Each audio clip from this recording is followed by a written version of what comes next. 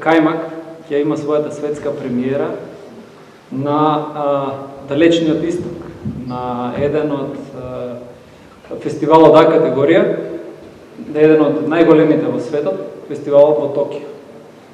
На кратко, Македонија до Токио. Се сеќавам, она што се сеќавам е дека првиот пат кога бев во Јапонија, во раце го држав златниот лав на Куросава. И забележав дека дизајнот е прилично различен од дизајнот на мојот златен лав. И заклучив дека тие 30 на години што поминале во меѓувреме, фестивалот, организаторот го сменил дизајнот на лавот. И сега се враќаме уште еднаш во Токио да видиме дали е се во ред со лавот. Со ова мислам дека филмот добива еден прекрасен старт на својот живот. Сигурен сум дека ќе има богат фестивалски живот понатаму, а многу скоро ќе си го донесеме и во Македонија за македонската публика, многу скоро по светската премиера. Па, како што спомнав на почеток, многу скоро после светската, во моментов преговараме, средината на ноември, сакаме да се случи тоа и тука. Ќе се потрудиме и сакаме тоа така да го направиме, затоа што мислам дека македонскиот филм воопшто, македонската култура заслужува да биде тоа на една гала премиера како што беше на Врб. Кајмак е црна комедија, една безобразна трагедија, која се случува во денешно Скопје, меѓутоа може да се случува било каде. Имавме неверојатна екипа, глумците самите ќе видите беа, мислам, повеќе од светско ниво. Сметам дека светската премиера во Токио е навистина голем успех за нив, но и за филмот, и за македонската кинематографија и култура. Јапонија се запозна со македонскиот филм првпат, ако не се лажам, во 1995 година, кога беше прикажан пред дождот, и во кино и на телевизија. И веднаш по извонредните критики за тој филм, јапонските весници ја објавуваат мапата на Европа со Македонија заокружена, а во истите весници беше објаснето и како се изговара името на нашата држава.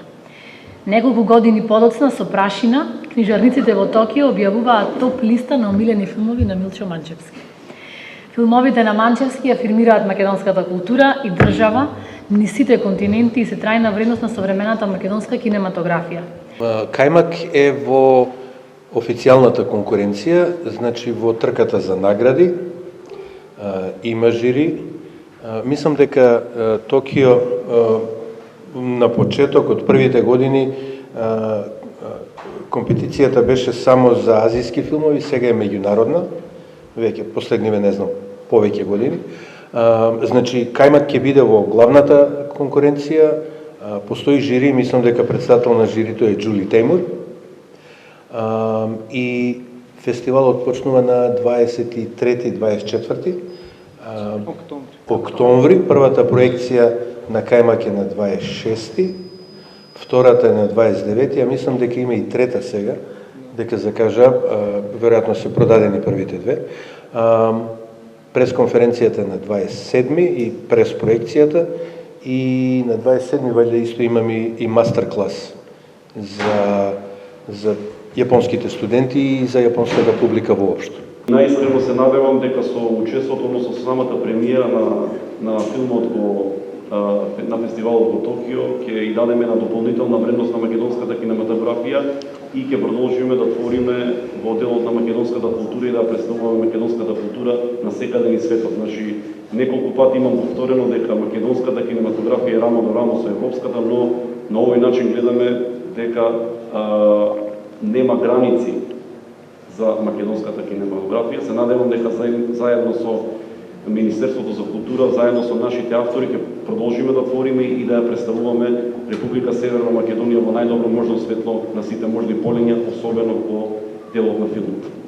Мислам дека секој добар филм поаѓа од локално тло, и не само филм, уметност, од локално тло, од локален извор, ја содржи ДНК-то на местото, на културата од каде доаѓа, меѓутоа може да се ужива и да се препозна и да се разбере секаде во светот, особено во филмот кој има еден универзален јазик.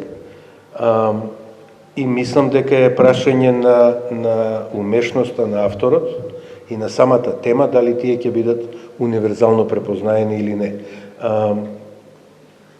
Се обидувам да правам локални филмови, кои се и глобални и локални во исто време и за среќа тоа, ете, за сега ми поаѓа од рака.